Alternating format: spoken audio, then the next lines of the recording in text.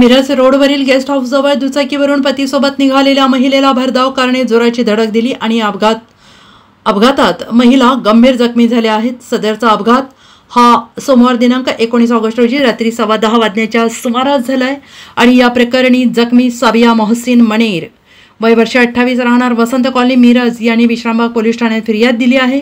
त्यांच्या फिर्यादीवरून पोलिसांनी अज्ञात कार चालकावर गुन्हा दाखल केला आहे। याबाबत अधिक माहिती अशी की साबिया मनेर या आपल्या कुटुंबियांसह मिरजेतील वसंत कॉलनी येथे राहतात। सोमवार दिनांक 19 ऑगस्ट रोजी त्या पतीसोबत कामानिमित्त सांगलीमध्ये आल्या होत्या। रात्री 10 वाजण्याच्या सुमारास त्या आणि त्यांचे पती मोहसिन मनेर यांच्यासोबत मोटरसायकल क्रमांक MH10BU 7030 वरून मिरजेकडे निघाल्या होत्या। मिरज रोडवरील गेस्ट हाऊसजवळ त्यांची दुचाकी आली असता पाठीमागून भरधाव वेगात टाटा अल्ट्रोज कार क्रमांक MH10EA 3377 ही भरधाव वेगात आली आणि या कारणे मनेर यांच्या दुचाकीला जोराची धडक दिली। या अपघातानंतर संशयित कार चालकाने कार न थांबवता तेथून पळ काढला।